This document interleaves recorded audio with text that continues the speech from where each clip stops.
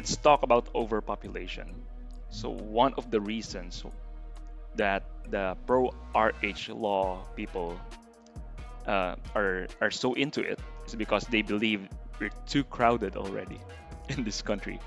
But really, if you look at the reasons why our population increased, is one, the life expectancy of the Filipinos from 1960s to today increased by 10 years. Number two, the infant mortality rate decreased. And number three, the maternal mortality rate decreased as well. And one would think these reasons are something to celebrate, but no, Yeah. they thought it's a problem. And Yeah. yeah. So I know the pandemic might have changed the figures, but the world is the world heading to a population explosion? It seems No, like there was that. yeah. There was that fear by sociologists decades ago because they saw this climb in the demographics of how many people, the population. They figure, oh my gosh, this is just going to go on forever and ever and ever. But it was largely caused because the development of medicine, a decreased infant mortality rate, like you had mentioned. But these things are not going to just continue going up and up. It's not like, okay, we live 20 years longer now than we did. 20 years from now, we'll be 140. We'll live to be 150, 160 years old. That's not, science is saying that's not going to happen. Likewise, infant mortality rate, maybe it went from like 10% down to 2%. Well, it's not going to go from 2% to, below 0%. I mean, the amount of change that's still left to be happened isn't much. And so what they're saying is sociologists say we're going to see a demographic curve where now a lot of developing countries are seeing a problem of underpopulation because how do you support an economy when you are below your fertility replacement rate? And so, what we really need to look at here is the cause of poverty, children? No. The cause of poverty is not caused by innocent poor children. Poverty is caused by corrupt rich politicians, okay? If you want to reduce the number of anything, reduce the number of corrupt rich politicians if you want to deal with poverty. And so poverty is often caused by ethnic cleansing, an unjust distribution of resources, a lack of education, corruption within the government, not by the presence of children. The poor people know that children are your wealth. The children don't make you poorer. The children are precisely what sustain an economy. Now, if you do need to, control population, curb it or whatever, natural family planning could be used if there is a serious reason for doing so. But we're not having a global overpopulation problem. I mean, we're not.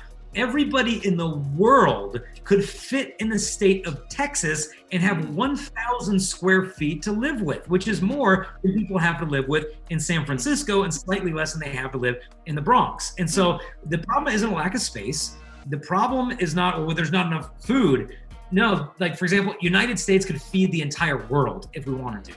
I mean, less than half of the world's ground is being used for farming that we could use without even talking about farming put out of the ocean. The problem is not we don't have enough food. It's not that we're going to run out of fuel and oil and gas. They always thought that was going to happen. That's not happening. And so the real reason is corruption, where we're getting this poverty from a lack of education, opportunities. And so the children are the answer. They're not the problem. And so the solution is not, like I said, to reduce the number of innocent poor children. The solution is to reduce the number of corrupt rich politicians. I think it's Paul Ehrlich in the 80s or earlier that predicted that we're going to his book, The Population Bomb. He said like we're going to a point where mass starvation will happen. But it didn't happen. He predicted it in the 80s. Yeah, not only did that not happen, what they're saying now is we are now facing a demographic winter in a lot of developed countries because, especially in places like Western Europe, people aren't having babies. Like I've been to Italy with a baby before and people were like, oh, a baby. And like everyone was touching my kid. And I'm like, dude, go have your own, okay? But they're not. In fact, I thought it was great. Who is it? The Russian Prime Minister, President Vladimir Putin, he realized like this is a serious problem. Like Russians aren't having babies. And so they actually organized like these days off of work for Russian workers saying, look, go home, don't have work, go have babies. If you have a baby, 9 months from now of this day, you will be entered in to win free cash prizes, a free automobile, free appliances. Like they're literally incentivizing people like, look, go please have kids. Our economy will be completely unsustainable a generation from now if we like have this, like, for example, in America, all the Social Security, where this generation, you know, is retiring off the benefits of the one who came before us. Well, what if the next generation is half as big as ours? Where are the benefits coming from? And so, no, overpopulation is a complete myth. It takes very little research to dig into it. And obviously poverty is a serious problem. But I remember when I was in the Philippines, I'll never forget, we spent about a week doing talks and we're heading to the airport. And we decided we got a little bit of spare time. So can we swing by the cathedral? And so we came by, you know, where the bishop's church is, and, you know, went in to spend some time in prayer and came out. And there were a bunch of poor people outside of the bishop's residence protesting. And the poor people had signs like, and they're marching and they wanted signs like, we want abortion, we want birth control, we want contraception.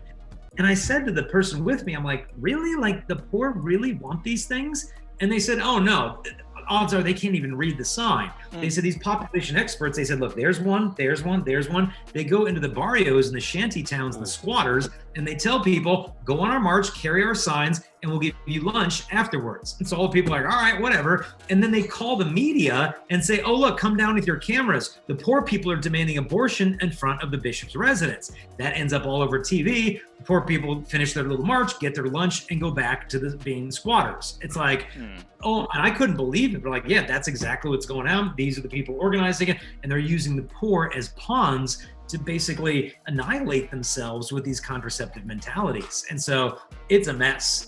You know, there in the Philippines, elsewhere, but the answer is not and has never been contraception. Sadly, they got what they want. The law has been passed. But what I see here in the Philippines, we're not really overcrowded because there are a lot of land that are not yet tapped here in the Philippines. When you drive around the highways, both sides, there are a lot of untapped land. Yeah. So it's not that we're overcrowded. Everyone's just going to the cities. I think if they create livelihood on other provinces where not everyone goes to Manila, I think that's one way to solve the problem.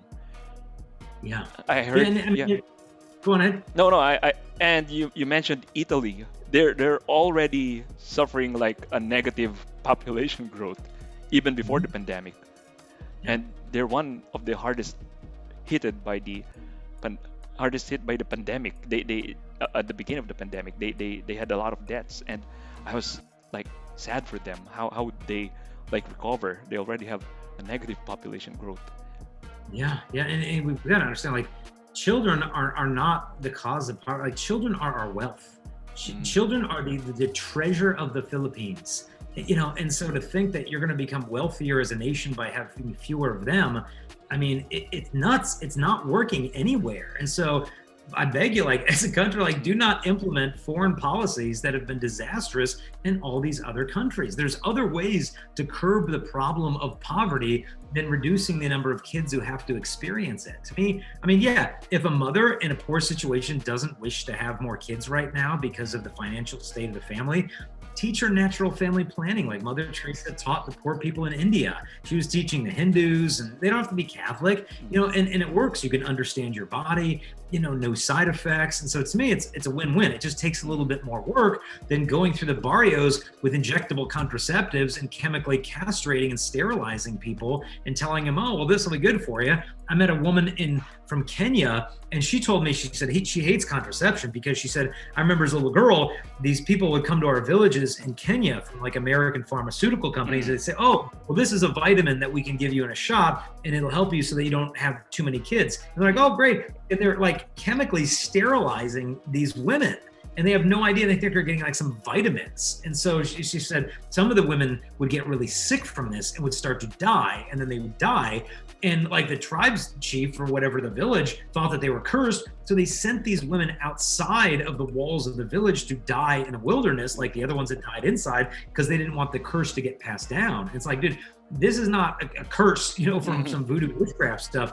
This is the pharmaceutical companies using women in developing nations as guinea pigs for our little experiments. And this is a multi-billion-dollar program by some of the elites over here in America, where there's Bill Gates Foundation behind the population control business, multi-billion-dollar stuff. But they're I don't think their end game is the best interest of the Philippines, because the children are the future. You mentioned some developing countries, especially in Europe, who have low population now, and so low to support the social security of the previous generation. And it actually opened up jobs for us Filipinos to head there and migrate to Europe. We're actually saving the other countries because of our population. Oh yeah, I mean, look at France. France is going to be Muslim within a generation because nobody else is having kids over there. Only those who practice Islam. And so they don't have to convert anybody. They're just all going to die out because they aren't having any children. Muslims having 4 or 5 kids a family. It's like, well, you just do the math where things are going to be at in a generation.